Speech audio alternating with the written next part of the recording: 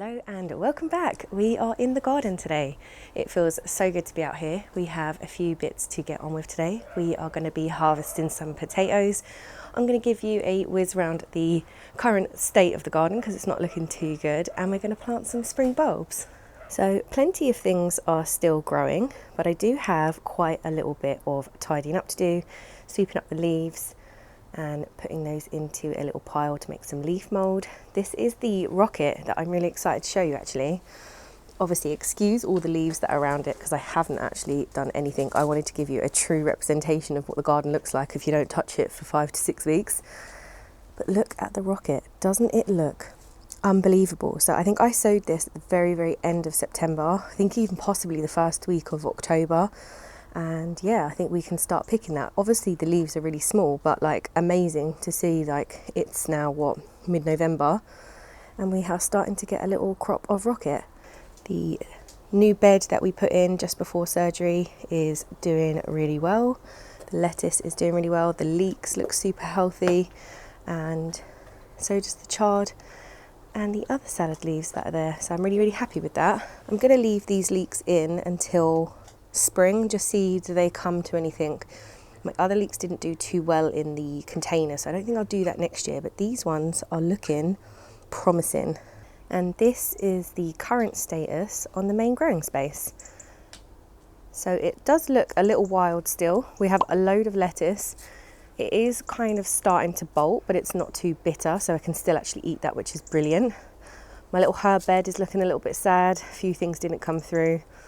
My turnip and beetroot bed is doing super well, and I must go in and show you my Brussels sprouts because I am really excited about those. So I've got two that are growing really well. So this one here in the front and that one just in the back, and I'm going to bring you round and show you what it all looks like.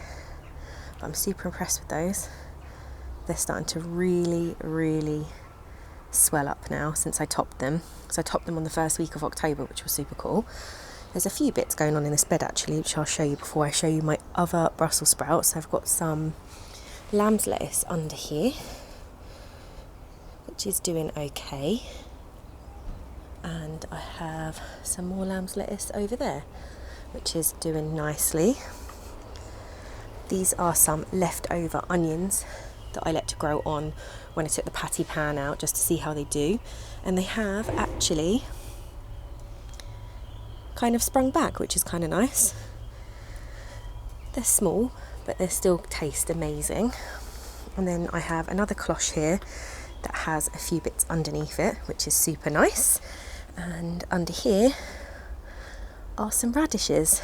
The birds did have a little bit of a go at these seeds when I put them in first, so the soil has mounded up a little bit in the middle there. But we have some radishes growing, which will be super nice. So hopefully I'll get a nice little crop of those before the first frost comes. Although I do say first frost, we did get down to like 2 degrees the other day, so we are pretty much there. But we don't typically get like a proper ground freeze until around the week before Christmas. So hopefully there's enough time for those radish to keep growing. And then this is my second Brussels sprout that's doing really well. I do have 6 in this bed, all in all, but these ones are doing the best. And just look at those Brussels sprouts. I'm really looking forward to them. This Christmas I'm going to come out, we're going to do a little Christmas harvest video together, and then I'm going to cook them up in the kitchen. But they look so awesome. I'm super happy with those. So it's well worth taking off those bottom leaves and topping them as well. So I did top them, and then once I top them, you can see they've started to swell from the very top and getting a little bit bigger the further down we go. So they're my 2 most successful ones. I do have 2 other ones over there which aren't doing as well, but it's an interesting learning. So I planted 5 actually, there's 5. So there's 3 on that row, and then there's 2 on this row here, and I think these 2 have done the best. So next year I'm going to give them that little bit more space, and I have 2 gorgeous kale plants in the middle, which which look lovely. They are supposed to be dwarf kales, so I have no idea why they're this tall. They are literally a good metre tall. And we've been picking that for the last couple of weeks, and it tastes unbelievable. And it's going to get so much nicer as the weather gets colder. If we get a nice frost, it will be even nicer. So this is the situation of my leeks at the minute. They're not looking too good. There's a couple in there that look okay. I think this one at the back looks all right. He's kind of a little bit kind of chunky, and I'll probably be able to do something with that. But overall, not a great success with them in containers. They definitely grow better in the beds. So I'm going to do that next year. And then I wanted to show you the beautiful, beautiful foliage on my blueberry plant. So it's got an absolutely gorgeous, gorgeous red colour. I mean, look at that. It is stunning. It's so nice to see that out the window. So happy with that. So I think when this loses all its leaves, I'm going to go in and I'm going to actually open up all the space at the bottom, because all of the branches are crossing over each other. So I want to give it loads of space next year so that the branches don't hit off each other and all the fruit drop off, because that was a slight problem this year. But yeah, it looks absolutely wonderful. That red colour is amazing. I am so happy with that. So let's go over and see what our potatoes look like. I'm going to pull them out. I ended up cutting off the foliage about a week before I had surgery, and then we've had torrential rain ever since then. So I'm not too sure if they're going to turn out too well, what they're going to look like. I'm a little bit worried about their skins and maybe having a little bit of kind of bobbling on them because of the amount of water that we've had. I probably should have covered them, but look, it is what it is. We're going to pull them out now and see what they look like. So in this container, I have a variety called Sapamira. So they are a wonderful blight resistant potato variety. I think I will grow them next year, but the only thing is they obviously are main crops, so you have to wait a long time for them to grow. So I cut the foliage off of these, I'd say about 5-6 weeks ago, and we've had nothing but rain since. So I'm a little bit unsure whether the potatoes are going to be okay, or they're going to be a bit mouldy, not mouldy, but like rotten with the amount of rainfall that we've had. So we're going to turn them out now and see what they look like. Right, you're going to have to come over here. Yeah, and then I'm going to go here.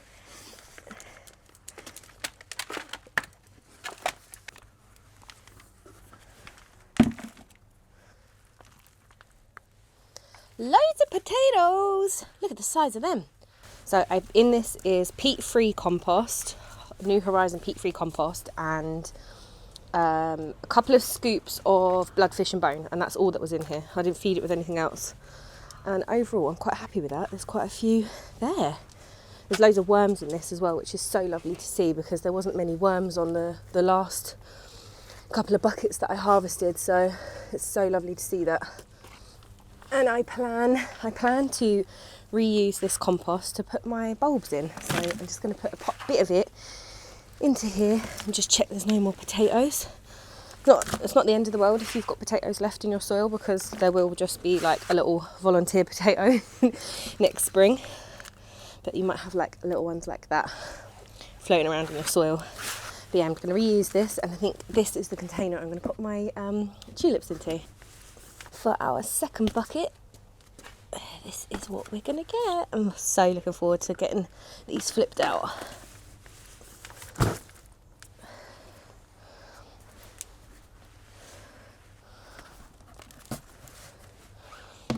And seeing what's in here. There's a massive, massive worm in here.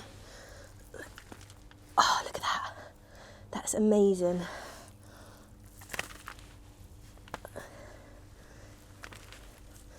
Oh wow, oh my god, I think that's like the most I've ever had off of a bucket, and they're really big. Oh wow, oh I'm so pleased. So I'm going to be planting some spring bulbs, and I'm going to be planting some tulips and some crocuses. I picked crocuses because they seem to be the very first thing that bursts into life in the very, very early spring. So I don't want to have a barren brown looking garden, so I have picked a beautiful botanical mix for the crocuses and a beautiful rockery mix for the tulips. I know most people probably have already planted their tulips and spring bulbs and everything by now, but actually you can plant them right up until December, particularly if you're in the southeast or the west of Ireland. I actually got this tip from Dainty Diaries' Instagram. So if you watch Dainty Diary, if you haven't seen her already, go over and check her channel out. She's an absolutely unbelievable gardener and she's so crafty, but she actually had the most unbelievable tulip display this spring, and like it just got me so inspired to make sure that I planted spring bulbs this year. And she said on her Instagram story there, I think it was only last week, that she didn't plant those tulips until December, so there's still plenty time to go and get some tulips and some other sort of spring bulbs and get them into the ground, particularly if you're in similar areas to us. But make sure you check her out. I'll leave a little link to her YouTube page in the description below. So with the spring bulbs, I'm going to plant the tulips underneath the crocuses in like a layer, and then I'm going to put them into 30-litre containers. So the containers I've literally just taken the potatoes out of, and then in spring then I'll have some beautiful containers that I can just dot around the garden and bring a little bit of colour to the garden. So they're cute little tiny things. Obviously your bulbs, make sure that they are super hard, they're not soft or showing any signs of mould, because they're just not going to grow, so you need to throw them away. So I'm just going to go in with the crocuses. They're teeny tiny, so I'm going to do 5 centimetres down and about 5 centimetres apart, and I'm just going to fill up the top of this container with them. So they should look absolutely gorgeous next season, I'm hoping. And a few of these have actually sprouted in the bag, so I'm wondering, do I need to take those out? I'm just going to put them to one side for now. They've got like little claws coming out of them. I'd love to hear what spring bulbs you guys have planted, so let me know. So I'm super excited to be actually planting some sort of spring bulb, because it's going to look so nice in spring when everything else is just like barren and not alive. So it's super exciting. So there's 35 in this pack, but I don't know if they're going to fit all in the container. So even the ones that have sprouted, I don't think I'm going to have to use them, because the rest fill up this container, which is good. So this was the overall potato harvest that we got. So I'm super impressed with all of those potatoes, and they will be put to good use in the kitchen. I actually have Rue here guarding them, like she's sitting here just guarding them with her life. I don't know. I think she thinks they are like tennis balls that she can play with. Let's go and see if there's anything else ready to harvest. And then I'm just wondering, are any turnips ready? I have actually picked some turnips already. I've had 3 out of this bed so far. Well, that's a good one. Let's pull that one out. Ah, look at that. That's a great sized one. I'm well happy with that. Look at this. Look at this. You know you can eat the tops of them and they're not for dogs. Get. So Rue decided to eat the whole thing. So Rue decided to eat the top of it. She thought it was a fun game, but I do actually still have the beet at the bottom. The leaves aren't so good on these anyway, so I wasn't planning to eat the leaves. But if I wanted to eat the leaves, I can't now because Rue's eating them. But that beetroot looks good. Might turn that into a pasta in the kitchen. It has been so nice to be back out in the garden. It's been a while, and I literally have Rue here down beside me trying to eat my beetroot. Will you stop? It's actually a wonder that she hasn't gone in and eaten, like pulled them out of the beds. That's fascinating. I think she's just excited to be out here gardening with me.